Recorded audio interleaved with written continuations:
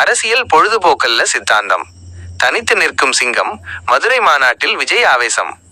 மதுரை தமிழ்நாட்டு அரசியல் வரலாற்றில் ஒரு திருப்பு முனையாக கருதப்படும் தமிழக வெற்றிக் கழகத்தின் 2வது மாநில மாநாடு ஆகஸ்ட் 21, 2025 அன்று மதுரையில் பிரம்மாண்டமாக நடைபெற்றது. இந்த மாநாட்டில் அக்கட்சியின் தலைவர் நடிகர் விஜய் தனது அரசியல் வருகையை அழுத்தமாக பதிவு செய்ததுடன் 2026 சட்டமன்ற தேர்தலுக்கு ஒரு முன்கூட்டிய போர் அறிவிப்பை வெளியிட்டார். தனது முதல் பொது உரையில் திமுக மற்றும் பாஜகவை நேரடியாக விமர்சித்த அவர் கூட்டணி அரசியலுக்கு இடமில்லை என்பதை திட்டவட்டமாக தெரிவித்தார். தனித்துவமான அரசியல் பாதை. சிங்கம் போல தனித்து நிற்கும் தமிழக வெற்றிக் கழகம். லட்சக்கணக்கான தொண்டர்களின் ஆரவாரங்களுக்கு மத்தியில் மாநாட்டு மேடை ஏறிய விஜய் தனது உரையை தொடங்கும் போதே தனது அரசியல் நிலைப்பாட்டை தெளிவுபடுத்தினார். அரசியல் என்பது ஒரு சித்தாந்தம். அது ஒருபோதும் பொழுதுபோக்கு அல்ல. இது வெறும் விளம்பரத்திற்கான பேச்சு அல்ல. இது அதிகாரத்தில் இருப்பவர்களுக்கான எச்சரிக்கை என்று ஆவேசமாக பேசினார். தன்னை போலவே தனது கட்சியும் தனித்துவமானது என்பதை உணர்த்தும் வகையில் சிங்கம் கூட்டத்துடன் வாழவும் தெரியும், தனியாக வாழவும் தெரியும். சிங்கம் வேட்டையாட மட்டுமே வெளியே வரும், பொழுதுபோக்கிற்காக அல்ல என்று அவர் கூறிய வரிகள் தனித்து நின்று தேர்தலை சந்திக்கப் போவதை கோடிட்டு காட்டின. எந்த ஒரு அரசியல் கூட்டணியிலும் சேரமாட்டோம் என்ற அவரது அறிவிப்பு தமிழக அரசியல் களத்தில் பெரும் சலசலப்பை ஏற்படுத்தியுள்ளது. வாழ்க்கையின் தத்துவங்கள். வலிமை, பொறுப்பு, மாற்றம். அரசியல் குறித்து பேசிய விஜய் வாழ்க்கையின் சில அடிப்படை தத்துவங்களை தனது பேச்சில் இணைத்து பேசினார். வாழ்க்கையில் நாம் அனைவரும் ஒவ்வொரு நாளும் வெவ்வேறு வேடங்களில் நடிக்கிறோம். சிலர் ஒரு நல்ல மகன், சிலர் ஒரு பொறுப்பான தந்தை, சிலர் ஒரு நேர்மையான ஊழியர். ஆனால் இந்த வேடங்களை எல்லாம் கடந்து நாம் யார் என்பதை நாம் மறக்கக்கூடாது. நம்மை சுற்றி நடக்கும் தவறுகளுக்கு எதிராக போராடும் வலிமை நமக்கு வேண்டும். ஒரு மனிதனின் உண்மையான பலம் அவன் பேசுவதில் இல்லை, அவன் செயல்படுவதில் இருக்கிறது. அதே போல ஒரு தலைவனின் பொறுப்பு மக்களை பாதுகாப்பதிலும் அவர்களுக்கு தேவையான மாற்றத்தை கொண்டு வருவதிலும் உள்ளது. வெறும் வாக்குறுதிகள் மட்டும் ஒருபோதும் வாழ்க்கையை மாற்றாது. நம் நாட்டின் எதிர்காலம் என்பது இன்றைய இளைஞர்களின் கைகளில் உள்ளது. அவர்கள் தங்களை பற்றியும் இந்த சமூகத்தை பற்றியும் சிந்திக்க வேண்டும். கலைக்கும் அரசியலுக்கும் உள்ள தொடர்பு ஒரு விதைக்கும் மரத்திற்கும் உள்ள தொடர்பு போன்றது. ஒரு விதை மண்ணில் புதைக்கப்பட்டால் அது ஒரு பெரிய மரமாக வளர்ந்து நிழலையும் கனிகளையும் தருகிறது. அதே போல ஒரு கலைஞன் தனது துறையில் பெற்ற அனுபவம் அவனுக்கு இந்த சமூகத்திற்கு சேவை செய்ய ஒரு வாய்ப்பை கொடுக்கிறது.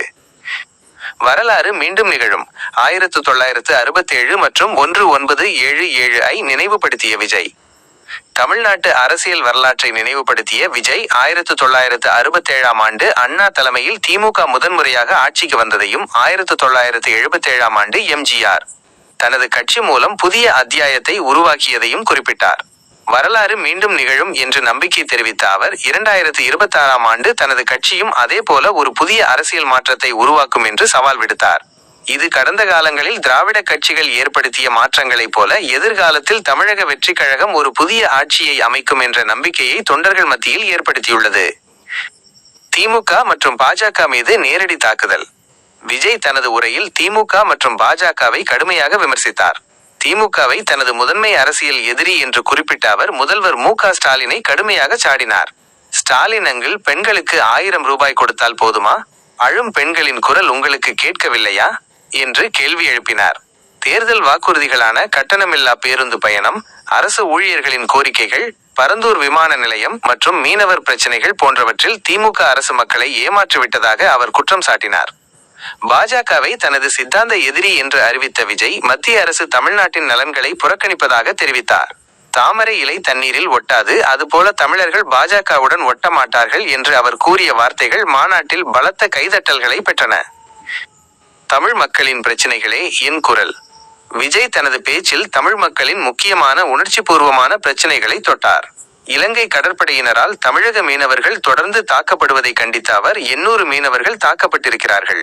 கச்சத்தீவை மீட்டு நம் மீனவர்களுக்கு கொடுங்கள் என்று மத்திய அரசுக்கு கோரிக்கை விடுத்தார்.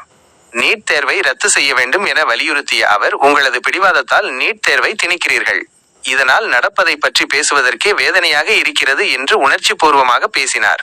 கீழடி அகழாய்வின் முடிவுகளை மத்திய அரசு மறைப்பதாக அவர் குற்றம் சாட்டியது தமிழ் மக்களின் கலாச்சார பெருமையையும் சித்தாந்த அரசியலையும் அவர் முன்னெடுத்துச் செல்வதை காட்டியது. தமிழ்நாட்டின் எதிர்காலத்திற்கான தொலைநோக்கு திட்டம். விஜய் தனது பேச்சில் வெறுமனே விமர்சனங்களுடன் நின்றுவிடாமல் தமிழ்நாட்டின் எதிர்காலத்திற்கான தனது பார்வையை முன்வைத்தார்.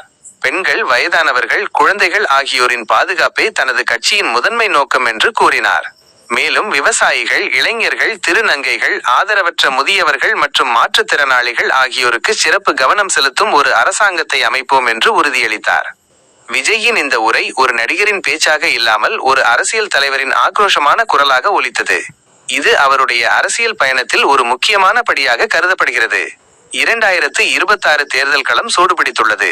திமுக மற்றும் பாஜகவுடன் நேரடி போட்டிக்கு தயாராக இருக்கும் விஜய் தமிழ்நாட்டு அரசியலில் ஒரு புதிய திருப்புமுனையை ஏற்படுத்துவாரா என்பதை பொறுத்திருந்துதான் பார்க்க வேண்டும்.